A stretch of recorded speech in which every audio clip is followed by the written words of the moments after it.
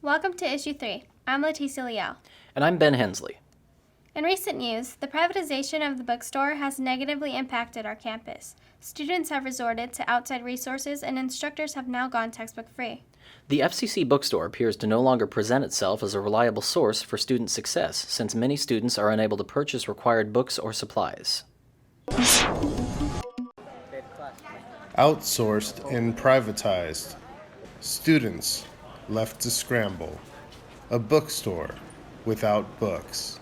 I went in there, I'm looking for my book. However, I couldn't find it, so I went to the front desk and I was like, hey, can you guys help me find my Geography 8 book? I need it because we're going to start testing soon and I need to catch up on my reading because I'm behind. So we went and looked and we took 10 minutes, we couldn't find it.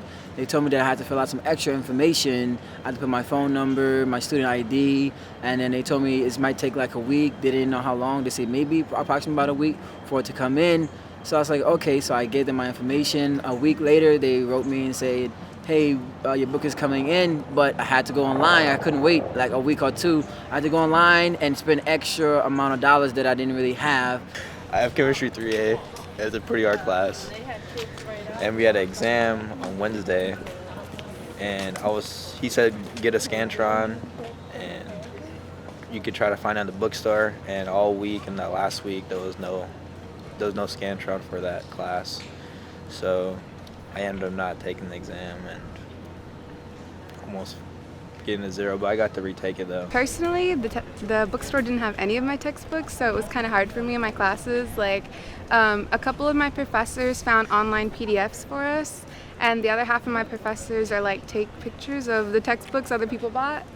So it's kind of a struggle in classes.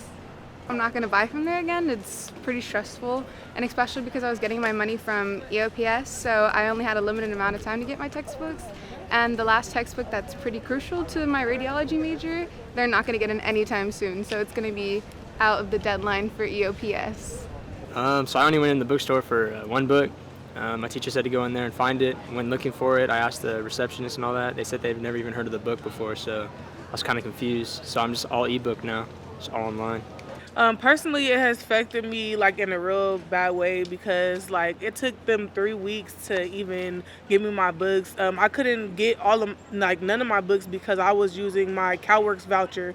So when you have a voucher from CalWorks or EOPNS or one of the programs at the school, it's kind of hard for you to get all of your books because they tell you, well, if you want to get one book, then you have to get a whole nother voucher. And so the voucher itself takes about 3 days, to make. So it's kind of a hassle to try to get one of your books and then have to make a whole new voucher in order to get the rest of them. So I had to wait the 3 weeks until one of my books came in order to get all of my books. I couldn't even get a USB. They told me, oh, we don't have those USB. I guess because when you're in the program, they have certain USBs that you have to use, certain highlighters, and it kind of makes me feel like I'm separated from everyone else in the school because I feel like, okay, well, if you guys don't have a USB, why can't I get the USB that everyone else uses? Why does it have to be an actual CalWorks USB? And I just felt like when people are in those extra programs, I feel like they kind of don't have any supplies for us because we have to use specific binders, we have to use specific highlighters, and everything was just specifically for those students. And I'm like, well, we all go to the same school. Why can't we get the same treatment as everyone else and have nice supplies like everyone else, but we get the janky ones, the off-brand supplies and stuff like that. So it's kind of makes me feel some type of way because I feel like I'm kind of segregated from everyone just based on being in a different program. A school year moves forward, but what damage has been done? Vice Chancellor Sullivan began coordinating with Follett, administrators, and faculty to find remedies and solutions to all of the bookstore challenges.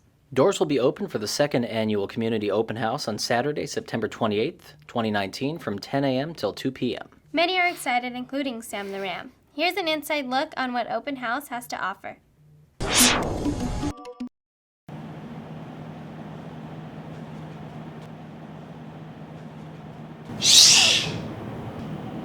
He's sleeping. How can you tell? He's dreaming. His left foot, it's twitching. See it.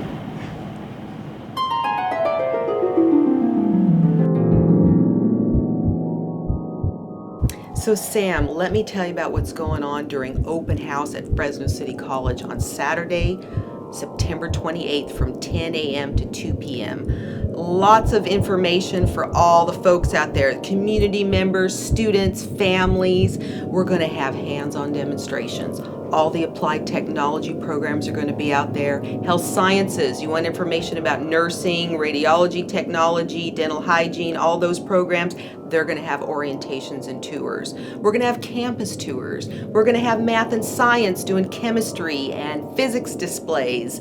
We're going to have poetry readings from student groups and alumni, drawing and ceramic displays, food trucks, lots of good food, student entertainment, lots of things going on that day. Oh, Police Academy, Fire Academy, going to bring out their trucks and all their gear. I'm probably missing something. Financial aid workshops. You need to know how to pay for college? Go to the financial aid workshop. Oh, and I forgot to mention, free parking. And the event is free. And of course, Sam, you're going to be there.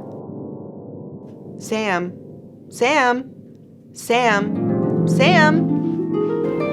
Sam. Sam. Sam. Sam. Sam. Sam. It's open house.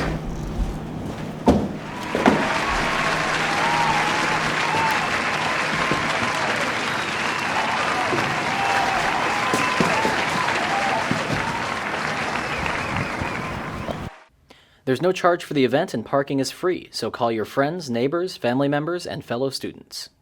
September is Suicide Awareness Month, so we asked a handful of students what they like to do to take care of themselves mentally. Some of the things I do to stay happy is I hang out with friends. I try to avoid thinking too much. I try to hang out with friends and play games, music, and anything else. You not think about stuff like that. I really like to be around positive people that are more open and accepting of other people. Being outdoors, exercising, not really exercising, I don't exercise, I'm sorry, I'm not that type of person to exercise. Just keeping yourself positive and loving everyone else, even the ones that put you down. And also being really relaxed too, that's one thing too. I ain't got time to be stressing over some math. If I'm alone, I go longboarding or I try to do any physical activity. I have epilepsy, I have bipolar issues, I have seizures, blackouts, all types of stuff. Don't underestimate the help that's outside of you, reaching for a hand, admitting where your weaknesses are. I go to counseling. Counseling's super important to me. We go get a checkup physically, right? Most of us, some of us do each year. We also need to get a checkup mentally. Therapy is very important, and I encourage all of those things for each person, and you need to have that one person you can always go to with no judgment. I grew from cutting myself, crying, and punching hellish, throwing stuff. It's really bad. I try to go outside, hiking, talking to someone helps. I'll put little sticky notes on the mirror so I can wake up today's gonna be a good day. I'm gonna be positive. You're beautiful. I'll look at myself in the mirror and say, you know what? Today's a good day. No matter what anyone's going through, I'd say just stay positive and remember, no matter what you do, it's for yourself and for your own benefit. It's Thursday, September 26th from 3:30 till 5 p.m. There will be a suicide awareness event held in the Student Activities Center. This open mic event allows attendees to share their own experiences with others. If you are struggling with suicidal tendencies or need someone to talk to, you can visit our Student Psychological Services located above the bookstore or reach out to the National Suicide Prevention Hotline. The Student Activities Center hosted their monthly ping pong tournament September 24th in the patio area near the activities office.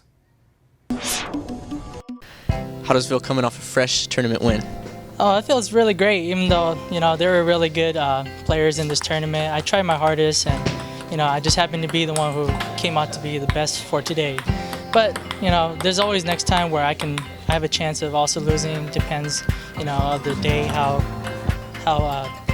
we're feeling and all, you know.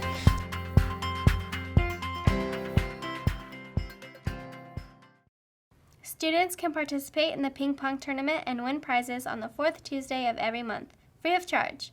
We have come to the end of Rampage News. Visit our website at therampageonline.com or pick up a printed copy around campus in one of the kiosks. Thank you all for watching. See you all October 9th for issue 4.